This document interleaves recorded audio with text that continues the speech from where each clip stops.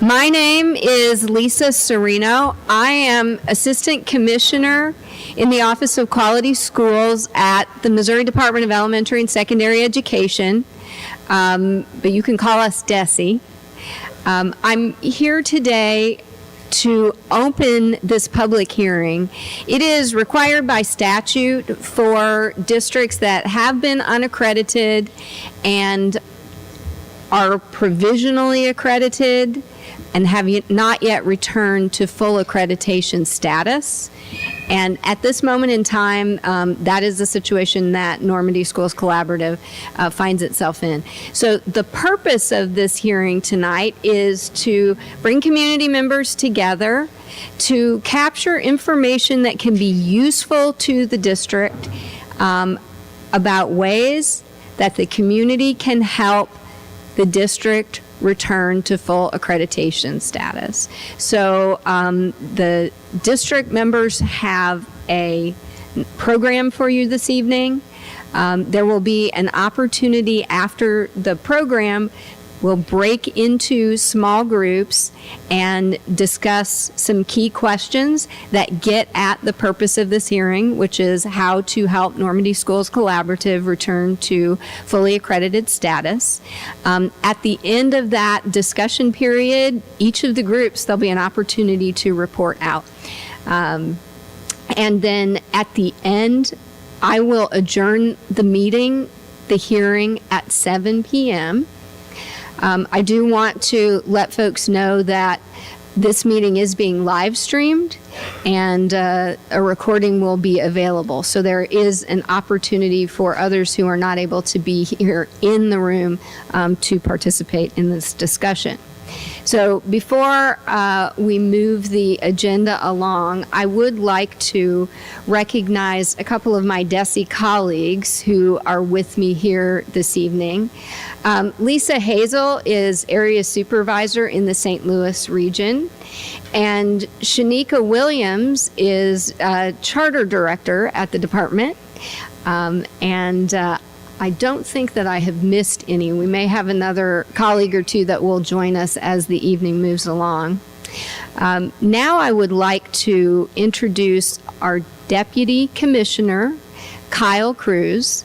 Dr. Cruz has the experience of being in a superintendent in Missouri school districts, and he has been with the department for a relatively short period of time.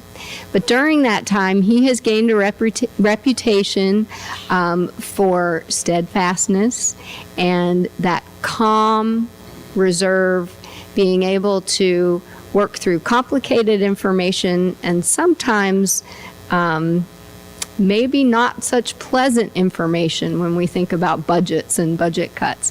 Be able to communicate that clearly and gain confidence and trust of stakeholders. So let me turn the microphone over to Dr. Cruz, and he's going to provide a few welcoming remarks. And I'm supposed to check that off. Thank you. Dr. Serino is very kind. I appreciate her remarks very much. She's correct. I was a school superintendent in Missouri. I actually served 32 years in public education and 20 years of those as superintendent. So I have been around the block a time or two. I was actually in the Capitol at about the time the current school funding formula was written, and I revisited on many occasions, and I actually have done school finance sessions for MASA and other groups around the state. So my primary focus tonight, though, isn't to talk about finance, it's to talk about schools and kids, and I'll keep my remarks brief. But first off, I do want to bring greetings from Commissioner Carla Esslinger and the entire staff at the Department of Elementary and Secondary Education, and also our thanks for being here on a cold winter evening to talk about how we can help kids. Any day we talk about how to do good things for students, for our children, is a good day, and I appreciate very much all of you being here tonight, taking time out of your schedules, and making a point of gathering together to talk about the difficult work that sometimes has to happen, and to talk about the bright futures that we can give our children at the end of that work. I appreciate very much the chance to meet your superintendent, Dr. Triplett, your board president, Dr. Petty, and other school board members. They've just been a delight and welcomed us wholeheartedly, and I'm grateful. I'm also grateful for the fact that I look around the room and I see on the tables some chart paper that talk about community engagement and attendance and academic performance, because those are the big things that can move the needle. And I want you to know that communities around the state are having the same discussions about the same topics. We're all in it together, and together we can find the good solutions to do best for our children, for our students, and give them the kind of future they deserve. So thank you again for being here. I'm happy to be as much help as I can. I hope to listen tonight and learn. I certainly don't have the answers to all the problems and all the situations that we face, but I do want to be part of the solution. So thank you very much again for the warm welcome, and thank you again for being here. I believe next up is Dr. Petty.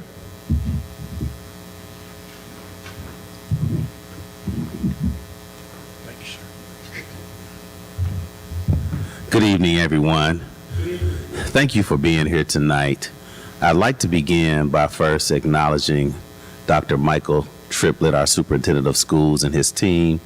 We, as a board, on behalf of the Joint Executive Governing Board, we want to thank them for the work that they do each and every day. Again, I'm Dr. Christopher Petty, and I am the president of the school board, and I'd like to acknowledge my fellow board members who are with us here tonight. I'd like to begin with Vice President Teresa Pearson, who's with us. Please recognize Vice President Teresa Pearson. I'd also like to recognize Director William Humphrey, who was also a former and past board president. William Humphrey. We also have with us tonight Cheryl Milton Roberts, who is also a past board president. We have Director Erica Edwards, who is a past board vice president, with us tonight. Erica Edwards. And unfortunately, the board secretary, Violet Taylor, is unable to be with us tonight. She is home ill, and the other director, Deanna Day, is unable to be with us tonight.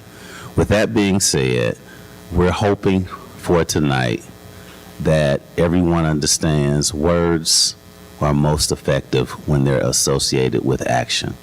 And hopefully tonight's meeting can bring us to those actions that are going to be most effective for our efforts in terms of teaching and learning and providing a better educational product for our students. Thank you.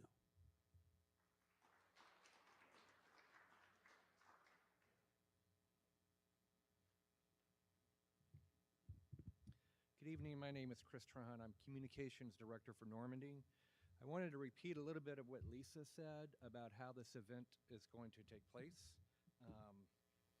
We're going to do a brief presentation from the superintendent and members of his cabinet.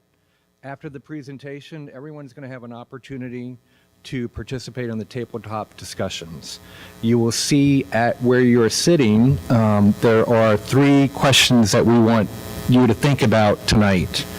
How can we best boost academic performance? How do we raise attendance? And how do we engage the community? And when we say we, we're not just talking about the school district, we're talking about everyone in this room, we collectively. So we want to hear from everyone, we want your ideas, and we want to take that and improve the district.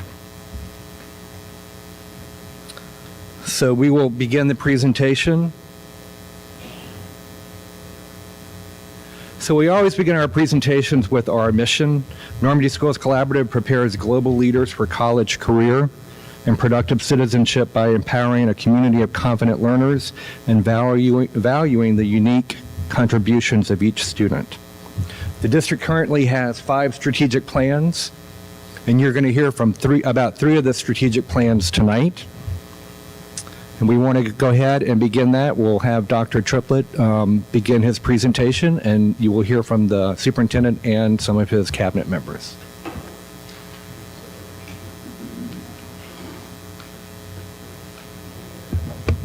So good evening.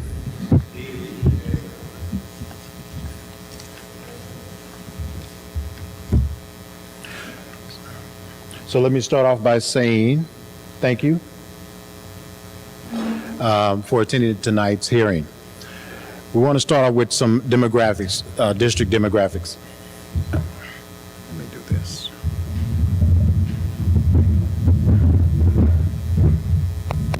How about that? So currently we have 2,583 students. Of that, did I do that?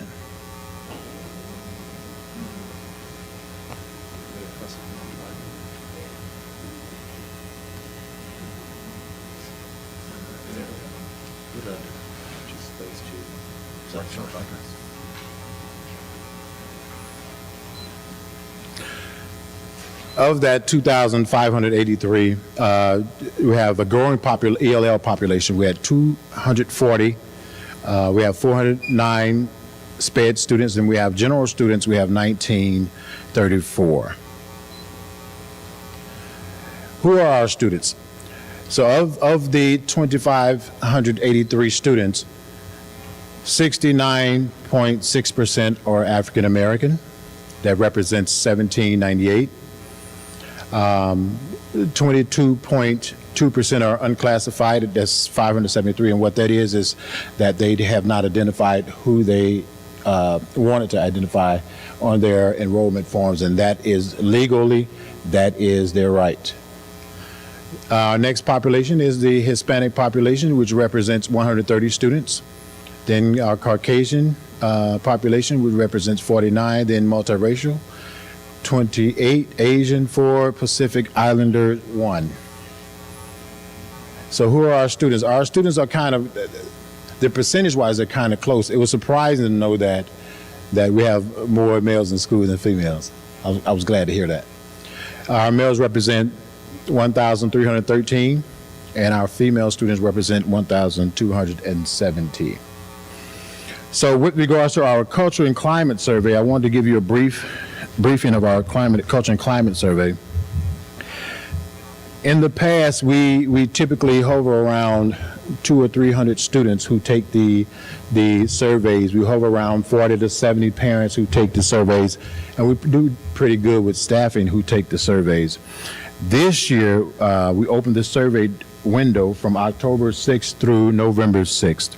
We had, and I hate to say this number because we got some alphas in here. We had 1,906, 1,906 students who took the survey this year, as opposed to about 200 last year. We had, in that breakdown, early childhood represented 11% with 222 students. Elementary grades 1 through 5, 651 students, representing 32%. The secondary schools were at 1,033, grades 6 through 12, representing 51%. Our parents, the number increased, but slightly. We're still working on that. That's an opportunity for us. We had about 205 parent responses. So overall, what the key theme of all of the survey is centered around safety, relationship, communication, cleanliness, and academic support. The top three takeaways all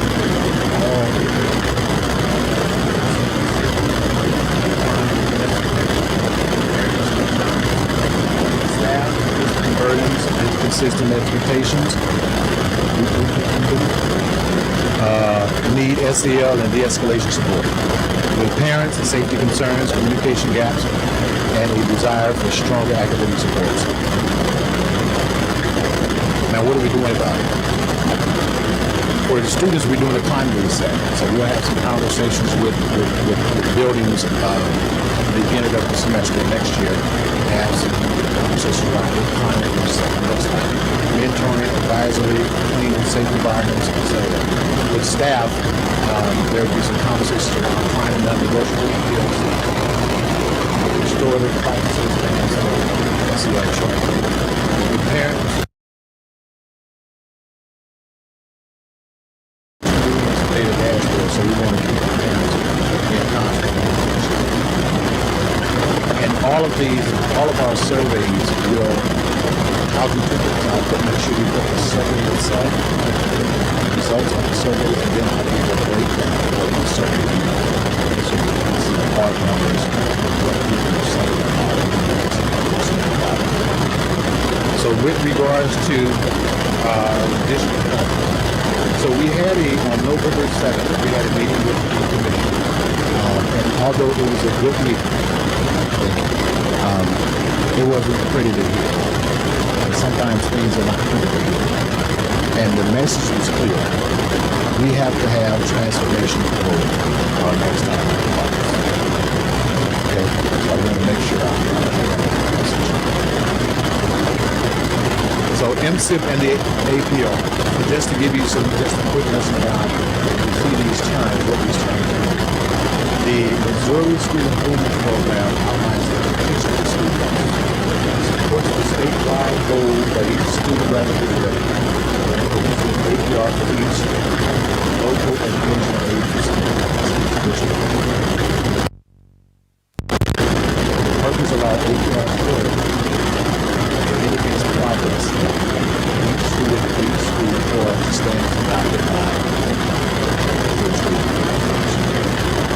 all student districts. It's produced for all school districts. It's used to process and classify school district needs, status, and it's required for new decisions made by the joint sponsor. It's one of the many ways parents evaluate. So what is this? This is where the scoring happens. And if you can see,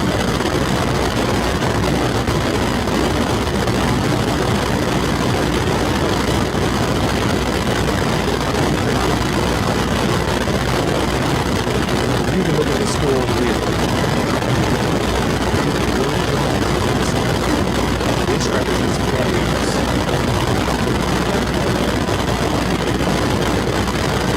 This is performance.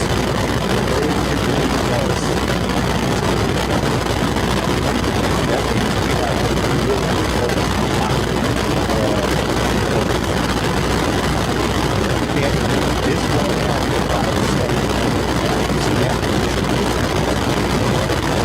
that represents 7% and the rest of the page.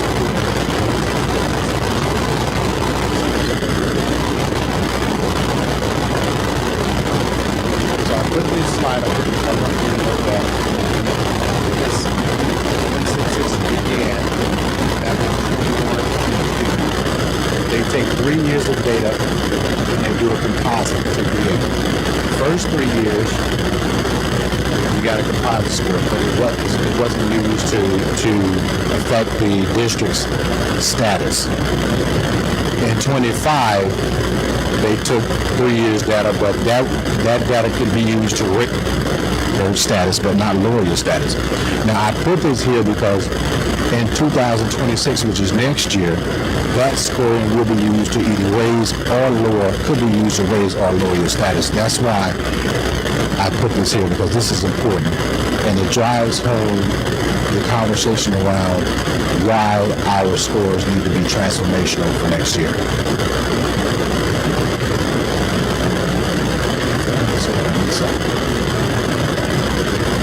So what's key? This column here, can you guys see this? Okay. This is an important area right here. What this does, it tells us the possible points, the points we earned, and then the percentage we earned. And typically, that percentage is where you gain your accreditation status. This year we scored 51%, which is lower than the past 3 to 4 years. But our composite for the last few years is still at 55%. Although we scored at 51 this year, it's a composite of over 3 years.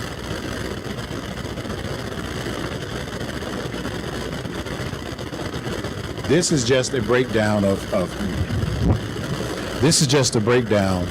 how we scored. For ELA, of the possible points, we had 6. It was 50%. And it gives you an MPI score that's a NAP Performance Index, and it tells you if you're approaching, emerging, on track, target, floor, and it has, I did give you that matrix, but it dictates where you fit on that spectrum. So this is just a breakdown. Now these, although I'm going a little fast through this scorecard will be on the website for your viewing. And individual schools will have theirs on their website as well. So there's a performance side and there's a continuous improvement side. And this is how you get your score. Now how did we perform? Now, if you look on,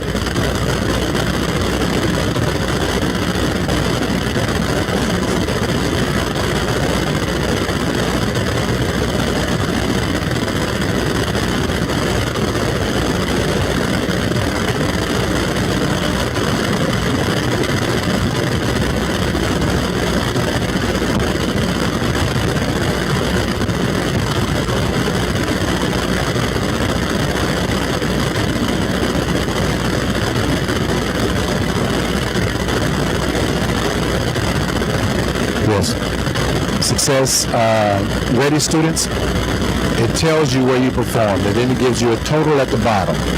So you divide 46 points earned versus 140 possible points, and you get this. This is for performance, and then you go down to continuous improvement. If you look, we do pretty good with continuous improvement because some of those things we've done the pre-work, and some of the things are given based on pre-work and other pieces of the formula. Culture climate surveys, continuous improvement plan, evaluate response to standards, and other required documentation, and then success rated measures. If you can see, we've done pretty well in that area. The area we need to concentrate on, I'm not saying that we don't need to give this attention, but we have to concentrate really, really hard on this performance area. So before I give the microphone to Dr. McConnell, I do want to say that we currently have a strategic plan, and we're currently working on a CSIP plan, but we needed a quick response to what the APR data was saying to us. So we created an accreditation plan, and that accreditation plan sometime next week will be placed on the district website as well. And in that plan, I just wanted to tell you we had 7 really powerful high-level overviews that I would mention that we're focusing on that should get us the points we need to have a solid above 70 APR score.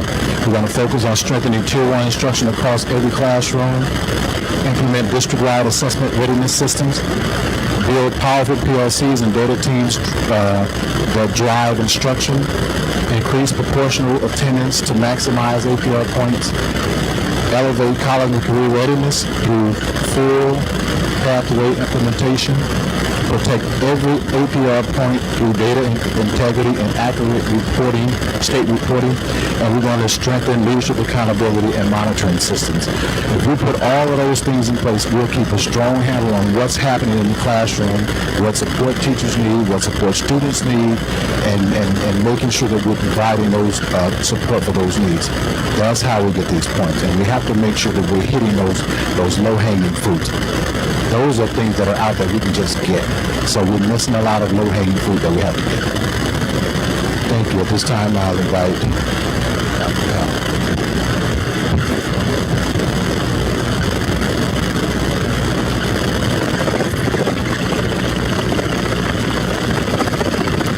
Thank you, Superintendent. My name is Tiffany McConnell, and I'm the Assistant Superintendent of Curriculum and Instruction. And as I listen to the Superintendent share our performance data, it really does reinforce just how essential it is that we confront this data with clarity, with very strong a sense of urgency, and with shared responsibility. So in response, we're committing to an approach that addresses the root causes that are reflected in this data, And each of our improvement efforts are aligned to strategic priority number 2, college-ready teaching and learning. Here you'll see 4 key components or approaches that we are committed to taking. The first is school turnaround plans. We have 4 schools that have been identified as school turnaround schools, and what that means is that these schools have to have developed turnaround plans that have measurable goals and clear action steps that are monitored frequently. They also have a leadership team where they collaborate and they problem solve around these action steps.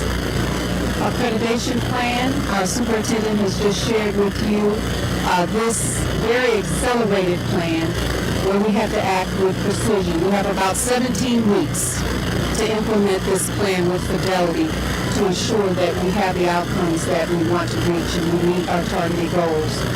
MPI targets per school. Each school has target MPIs where they are developing a plan where they actually identify students, numbers of students based on a formula that they would need to move from each proficiency level. That MPI target also will be monitored very closely, in some cases weekly, to see if we're actually moving students at the rate that we need to move them so that we can reach our goals by the end of this school year. College and career readiness plans. We have expanded our pathways. We now have pathways at our elementary schools that begin with our PL2W.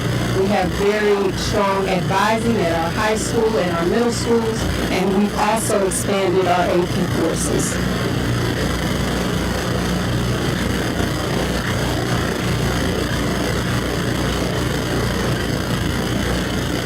Accountability, monitoring, and professional growth. Each of our schools participate in what's called professional learning communities, where they collaborate, they